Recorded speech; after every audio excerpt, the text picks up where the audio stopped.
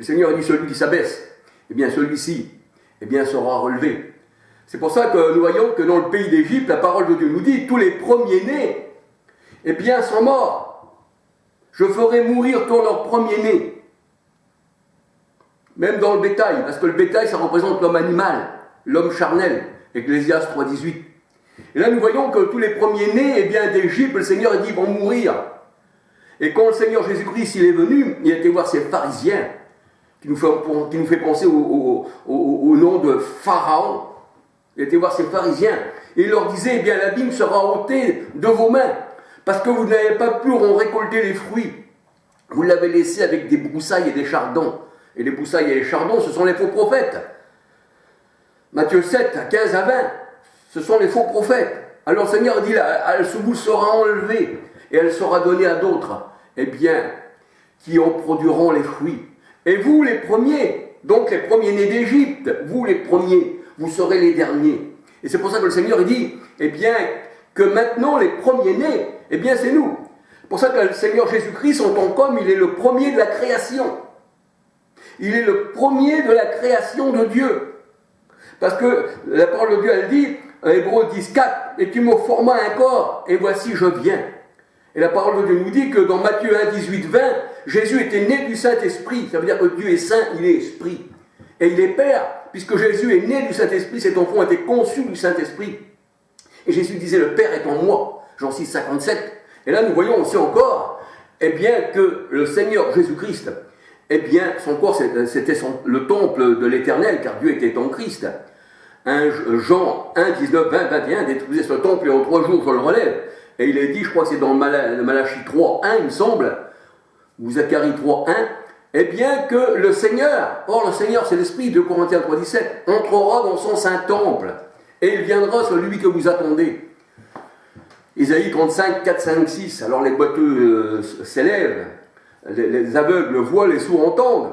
Parce que spirituellement, on était boiteux, on était aveugle, on n'entendait rien. C'est pour ça que le Seigneur il disait que celui qui a des oreilles entende. Et que celui qui puisse voir, qui puisse lire ce livre, eh bien, puisse le lire.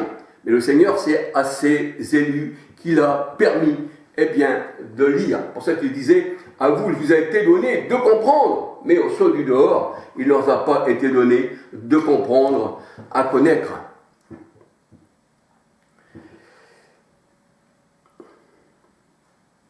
Alors, c'est du pays de Cham qui sortit les Philistins, Genèse 10, 6, 14, 16. Et Jérusalem, eh bien, à l'époque, les habitants s'appelaient les Yébousiens. Yébousiens. C'était des Cananéens, Yébousiens. Josué 15, verset 63. Juge 19, verset 10, 1 Chronique 11, verset 4, 2 Samuel 5, verset 6. Et après avoir, quand on voit au temps de Josué, eh bien, ils ont été dans le pays des géants, c'est-à-dire des Philistins, pays de Cananéens, eh bien, on voit que là, le Seigneur avait envoyé eh bien, les Hébreux, et là la parole de Dieu nous dit que Jérusalem devient la cité de David. Le pays des Yébousiens devient la cité de David. Je regarde dehors parce qu'il y a un petit oiseau qui est là juste devant ma porte et qui est comme accroupi, qui ne bouge plus. Peut-être qu'il se repose, je ne sais pas. Mais enfin, voilà. Alors, 1 Chronique 11, verset 5-6. Et le temple de Jérusalem, donc qui était bâti à Canaan, pays de Cham, c'est-à-dire c'est Jérusalem actuelle, Galates 4, 21 à 31, eh bien, le premier temple a été bâti sur l'aire de Aravana, sur l'aire de Aravana, le Yébusien. 2 Samuel 24, versets 16 à 25. 2 Chroniques 3, verset 1. Ça veut dire que ce temple qui a été détruit, qui est maintenant un mur de lamentation, eh bien le premier temple, parce que ça a été reconstruit, après c'était toujours le même temple, mais détruit, reconstruit. Mais maintenant il ne sera plus reconstruit, parce que le troisième temple, en vérité, c'est nous. C'est nous, c'est ce qu'on appelle le troisième ciel. Eh bien, le troisième temple, eh bien, il n'est pas fait de main d'homme, parce que Dieu n'habite pas dans des... Le Seigneur, l'Éternel, n'habite pas dans des temples faits de main d'homme, mais il habite en nous. Vous ne savez pas que Christ est en vous, Galates 2:20. Christ vit en nous, c'est ce que nous dit, eh bien, Paul.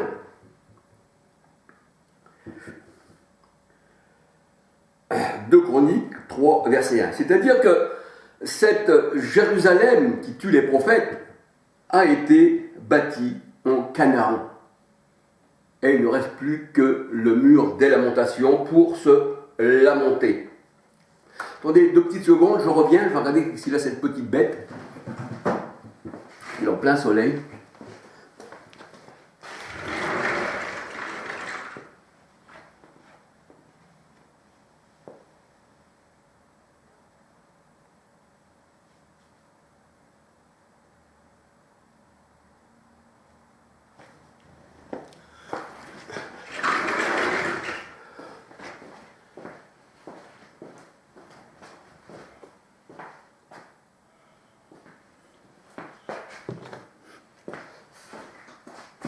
Alors,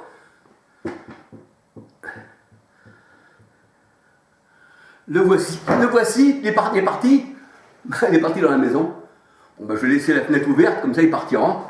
Peut-être qu'il se reposait.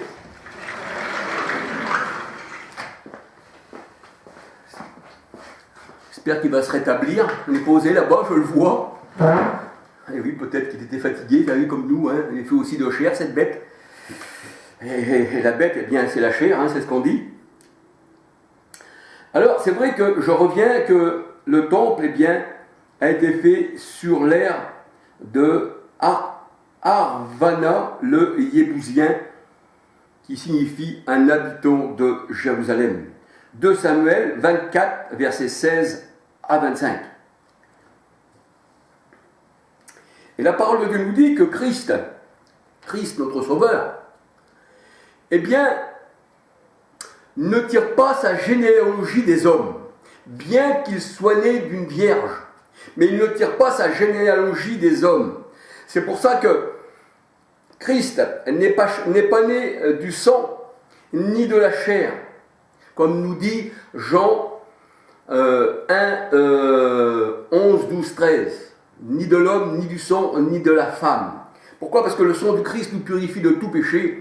Et j'ai même fait des vidéos sur ce sujet, eh bien, que le sang précieux du Christ ne lui vient pas de sa mère, il n'a pas les gènes de sa mère, sinon sa mère, eh bien, son sang aussi pourrait nous purifier. Marie a simplement été, on va dire, la porteuse du Christ.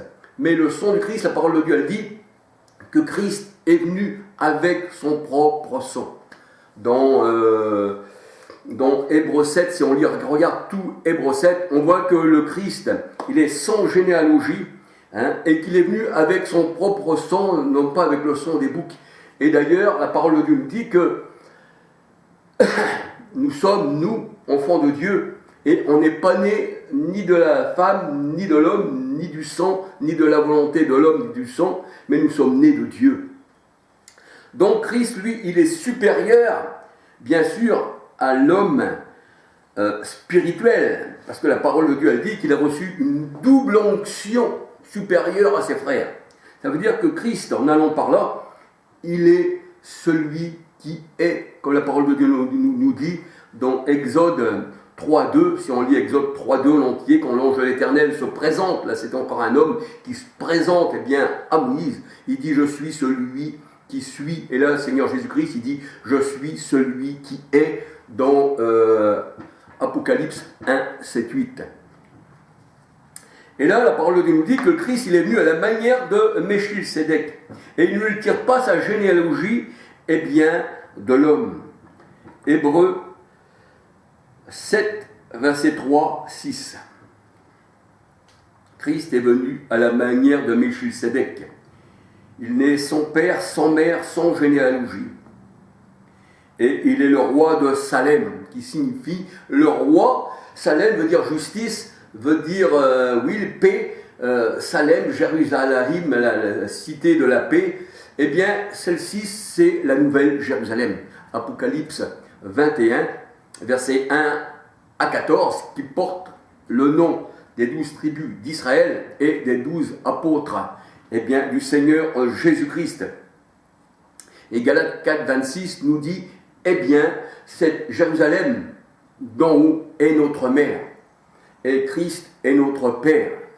La parole de Dieu, oui, Ésaïe 9, 5, marié à Christ. Tandis que la Jérusalem d'en bas, elle est bâtie dans le pays de Canaan, le pays de Cham. Galates 4, 21 à 31. Elle est bâtie, eh bien, sur le territoire des Philistins.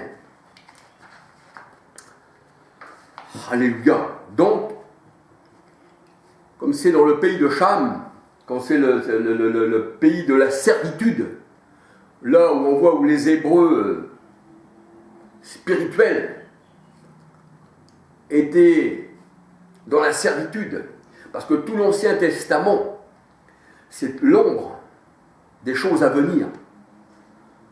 L'ombre, ce n'est pas la réalité, ce n'est qu'une ombre. Mais quand il y a une ombre, ça veut dire qu'il y a une chose qui existe, et elle donne son ombre. Mais la réalité est en Christ. C'est pour ça qu'on disait que les premiers-nés d'Égypte, eh bien, s'ils n'avaient pas le sang sur leur linteau des portes, le sang de l'agneau, eh bien, ils seraient morts. Le destructeur allait passer. Le destructeur, c'est l'Éternel, il allait passer et il allait détruire, eh bien, la maison. Tandis que le Seigneur dit, tu mettras le sang sur les montants de ta porte, c'est-à-dire de ton cœur. Et là, on sait que 1 Pierre 1,2 nous dit que l'aspersion du sang du Christ est sur nous. Pourtant, on ne l'a pas vu, là, c'est spirituel. On ne regarde plus aux choses visibles, mais on regarde à l'invisible. Parce que les choses visibles étaient pour un temps, la parole de Dieu dit. Tandis que les choses invisibles sont pour l'éternité. 2 Corinthiens 4, 18. Et celui qui a foi dans le Seigneur, il ne regarde plus par la vue, mais parce que la foi est une démonstration des choses qu'on ne voit pas. Et le juste vivra par la foi. C'est pour ça que le Seigneur disait à Thomas, eh bien, puisque tu m'as vu, tu as cru. Heureux ceux qui croient sans voir. Donc, nous voyons que du pays de Cham, on doit sortir. Il faut considérer la voie sur laquelle tu marches. On voit que toutes les religions sont rattachées, eh bien, à la pyramide de l'Égypte, la franc-maçonnerie, les jésuites, ça vient de là, toutes les religions. D'ailleurs, on voit que les témoins de Jéhovah, tout ça, Taz Roussel, eh bien, c'était un 33e degré hein, dans la franc-maçonnerie. Et nous voyons aussi que tout ce qui est religion, eh bien, est gouverné eh bien, par le monde. Et c'est pour ça que ces chrétiens, comme Vie et Lumière, quand je dis ces chrétiens, sans vouloir les attaquer directement, parce qu'on doit quand même respecter les hommes, parce que le Seigneur dit que ta douceur soit connue de tous les hommes. Mais quand je dis ces chrétiens, ça a un sens pour expliquer ceux qui se disent chrétiens. En réalité, ils ne sont pas chrétiens, ils n'ont pas reçu l'onction. Parce qu'on ne reçoit pas l'onction dans le pays de Cham. C'est quand on sort du pays de Cham, du pays d'Égypte, eh bien qu'on reçoit l'onction du Seigneur. C'est pour ça que le Seigneur est sorti du milieu d'eux, mon peuple, Apocalypse 18, 4.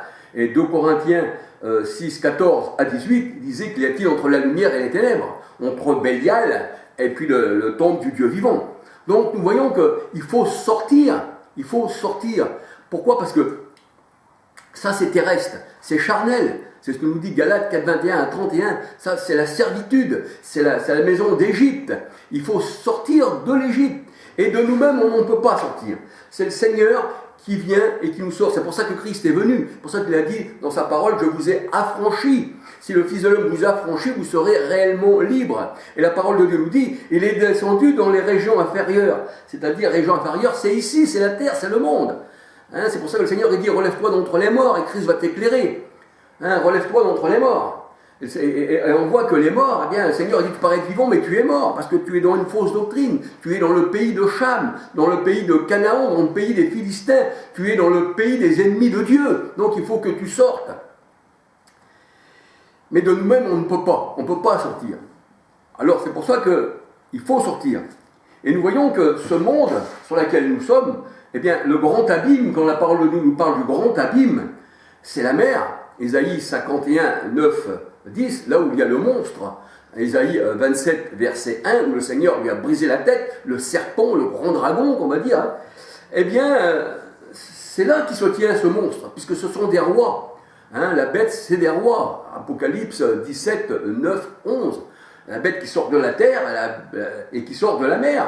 Mais mer et terre veut dire la même chose. Parce que quand on regarde dans la parole de Dieu, dans Exode 15, quand, eh bien,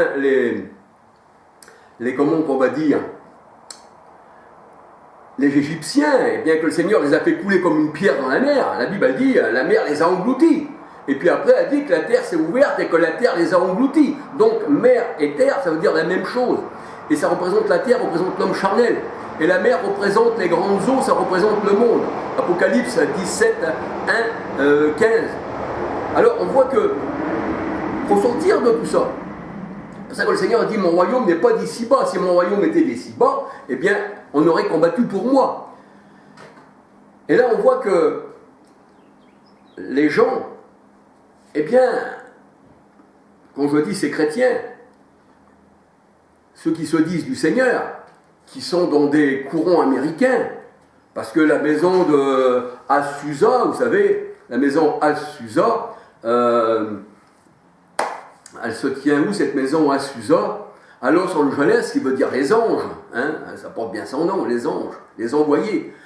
Azusa, eh bien, William Seymour, une personne africaine, j'ai rien contre les Africains, c'est simplement pour bien faire comprendre. Parce que le Seigneur a fait tous les hommes, donc je serai un raciste, je ne serai pas du Seigneur. Au contraire. Parce que je ne veux pas contester avec le Créateur qui a fait tous les hommes. Ça serait dire du Seigneur, pourquoi tu as fait des fleurs blanches, rouges, jaunes, noires? C'est libre à toi, Seigneur. Et c'est en formant ensemble, c'est ce qui forme le bouquet, l'arc-en-ciel. C'est pour ça qu'il dit, j'ai mis l'arc-en-ciel au-dessus des nuées, au-dessus de mes anges, parce qu'ils sont tous. C'est pour ça qu'on fait des disciples de toutes les nations. Donc je ne parle pas simplement pour dire que William Seymour, c'était un Africain, et puis qu'il faut le blâmer, c'est pas ça que je veux dire. Mais il faut se dire aussi que chacun a ses religions personnelles. Il y en a qui sont dans le vaudou, les autres qui sont bouddhistes, les autres qui sont ça. Et comme 3/4 des Africains avant faisaient le vaudou, qui se roulaient par terre, qui faisaient des choses incroyables, eh bien on voit que tout ce courant américain qui se disait de Dieu, eh bien, ils ont pris cette personne qui peut-être pratiquait le vaudou et que nous retrouvons le vaudou, eh bien, dans ceux qui se disent chrétiens, pentecôtistes, voyez-vous, qui se roulent par terre, qui moussent, je ne dis pas que tous font ça, mais beaucoup font ces choses-là. Et on voit que c'est un mélange de vaudou et un mélange avec la parole de Dieu, mais ça pour ça que le Seigneur a dit ce sont des eaux troubles. C'est pas l'eau pure du Seigneur, c'est une eau trouble. Tu as troublé mon eau, dit le Seigneur, avec ton pied, parce que ton pied c'est la marche, c'est le terrestre. Tu as troublé mon eau pure avec ton pied, dit le Seigneur. Donc nous voyons que tous ces courants américains, eh bien qu'il y a Trump. Et Trump, lui qui se dit protestant, qui a la Bible d'un côté, mais qui est le chef de ce monde, et le Seigneur dit j'ai vaincu le monde, et si tu es ami du monde, tu es ennemi de Dieu, eh bien nous voyons que Trump, lui, il veut rebâtir à Canaan, eh bien le 3e temple fait de pierre. Alors ça allait contre l'encontre du Seigneur, parce que le sacrifice de Christ s'est donné une fois pour toutes, et il n'y a plus de sacrifice charnel, il n'y a plus de maison charnelle, il n'y a plus de choses charnelles. Parce que ce que le Seigneur a dit dans sa parole, ce qu'il a détruit, il ne le rebâtit pas. Et nous voyons que tous ces courants sionistes, sionistes, comme Trump, eh bien, qui se dit de Dieu, qui tient la parole de Dieu, qui la présente, il jure aussi sur la parole. Et on voit que ces gens-là, eh bien, ils vont quand même bombarder les gens, ils tuent les gens, ils massacrent les gens, ce sont des chefs d'État. Et nous voyons quand ils se réunissent, eh bien, ils sont avec toutes les religions du monde. Et qu'on dit bien une scène politique. Une scène, ça veut dire c'est du cinéma. Une scène, c'est du cinéma, c'est la scène politique. Eh bien, nous voyons que toutes les religions font partie du sioniste, et nous voyons que tous ceux qui les assemblées de Dieu, pentecôtistes, enfin, toutes ces religions, eh bien, ont voté, surtout en Amérique, ont voté pour Trump. Parce qu'ils pensent que les Juifs, les faux, je dis bien, les Khazars, les Jésuites, tout ce que vous voulez, Galates 4, 21 à 31, eh bien, que ce sont des vrais Juifs. Mais le Seigneur, il dit que là, eh bien, c'est la chair. Là, c'est les Philistins. Là, c'est le pays de Cham. Là, c'est le pays de servitude. Et nous voyons que, comme vie et lumière, hein, chez les Gitans, tout ça, ils vont tous, eh bien, là-bas plonger dans le Jourdain. Et nous voyons que tout ceci, eh bien, c'est pris par les hommes. Et le Seigneur, il dit que notre chef à nous, c'est Christ. Et c'est pas nous qui avons voté pour lui, c'est lui qui nous a élus avant que nous soyons nés. Donc on n'a pas voté. Le Seigneur, il nous a pris, nous a enlevé des grandes eaux, comme nous dit la parole de Dieu. J'étends ma main d'en haut, je vous enlève des grandes eaux, je vous enlève de la maison de servitude, de la maison de Pharaon. Et Pharaon, eh bien, quand on va dans Galates 4, 21 à 31, c'est-à-dire à la Knesset, je sais où là, eh bien, chez ceux qui se disent juifs mais qui ne le sont pas, mais qui sont une synagogue de Satan, la parole de Dieu nous dit que celui qui a des yeux pour voir, voit. Et nous voyons qu'il y a beaucoup de pyramides, il y a beaucoup d'obélix, il y a beaucoup de choses comme ça.